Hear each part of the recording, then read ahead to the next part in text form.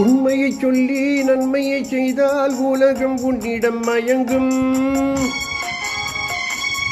நிலை உயரும் போது பணிவு கொண்டால் உயிர்கள் உன்னை வணங்கும்.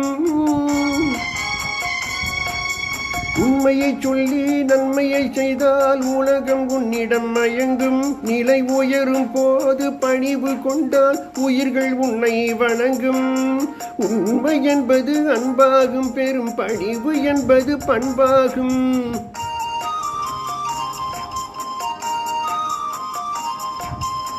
உண்மை என்பது அன்பாகும், பெரும் பணிவு என்பது பண்பாகும். இந்த இரண்டு கட்டளை அறிந்த மனதில் எல்லா நன்மையும் உண்டாகும், எல்லா நன்மையும் உண்டாகும்.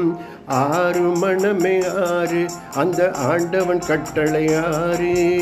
ஆறு மனமே ஆறு.